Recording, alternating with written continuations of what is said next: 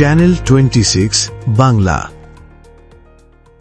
একটি স্বপ্ন, এক রাশ উদ্দীপনা আর বুক ভরা দেশপ্রেম সবই যেন নিমিষেই মিলিয়ে গেল বিষাদের কালো ছায়ায়।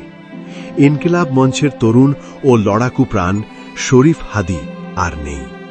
যার কণ্ঠে রাজপথ কেঁপে উঠত ন্যায়ের দাবিতে, সেই কণ্ঠ আজ চিরতরে স্তব্ধ।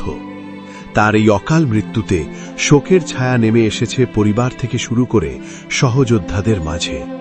রাজপথের সেই চেনা মুখটি আর নেই, নেই সেই দৃপ্ত কণ্ঠস্বর যা ইনকিলাব মঞ্চের প্রতিটি আন্দোলনে যোগাত সাহস। শরীফ হাদি এক অদম্য তরুণের নাম, যিনি সময়ের স্রোতে গা না ভাসিয়ে লড়াই করতে চেয়েছিলেন একটি সুন্দর আগামীর জন্য। কিন্তু নিয়তির নিষ্ঠুর পরিহাসে সেই আগামীর সূর্য আর দেখা হল না তার। শরীফ হাদি চলে গেছেন, কিন্তু তার আদর্শ আর ত্যাগ ইনকিলাব মঞ্চের প্রতিটি কর্মীর হৃদয়ে বেঁচে থাকবে চিরকাল।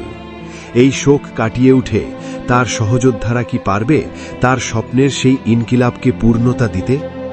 সময় হয়তো সেই উত্তর দেবে। বিপ্লব আর ইনকিলাবের স্বপ্নে বিভোর ছেলেটি চলে গেছেন না ফেরার দেশে, তবে রেখে গেছেন তার অসমাপ্ত কাজ আর রাজপথের লড়াকু স্মৃতি। শরীফ হাদির এই বিদায় কেবল একটি প্রাণ হারানো নয়, বরং তারুণ্যের এক বিশাল শূন্যতা। জাকির হোসেন, চ্যানেল 26 বাংলা।